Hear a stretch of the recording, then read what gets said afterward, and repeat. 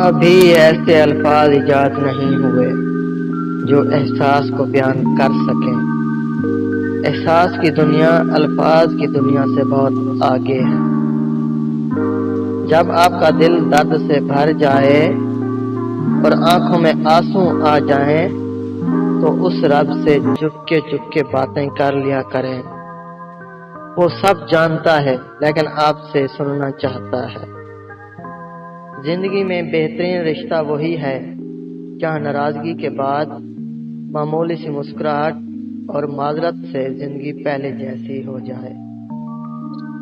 ہم لوگ نیک بننا نہیں، صرف نیک دکھنا اور نیک کہلانا چاہتے ہیں، اور یہ منافقت کا سب سے اعلیٰ درجہ ہے۔ مشکل تو یہ ہے کہ ہمیں پیٹھ پیچھے بولنے والے با اخلاق اور منہ پر بولنے والے بدتمیز لگتے ہیں۔ پریشانی حالات سے نہیں، خیالات سے پیدا ہوتی ہے۔ شیشہ اور رشتہ دونوں نازک ہوتے ہیں، مگر ان میں ایک فرق ضرور ہوتا ہے۔ شیشہ غلطی سے ٹوٹتا ہے اور رشتہ غلط فہمی سے۔ اگر مقصد میں ناکام ہو جائیں تو مایوس نہ ہو، کیونکہ کسی بھی کتاب میں نہیں لکھا کہ پیروں میں قیمتی جوتے نہ ہوں تو آپ چلنا چھوڑ دیں۔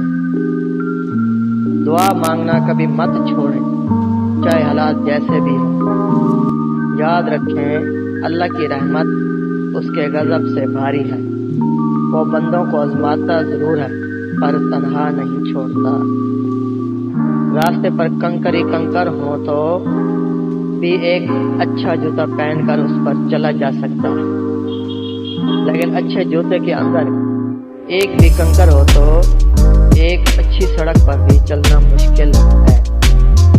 یعنی بہر کے چیلنج سے نہیں، ہم اپنے اندر کی کمزوریوں سے ہارتے ہیں۔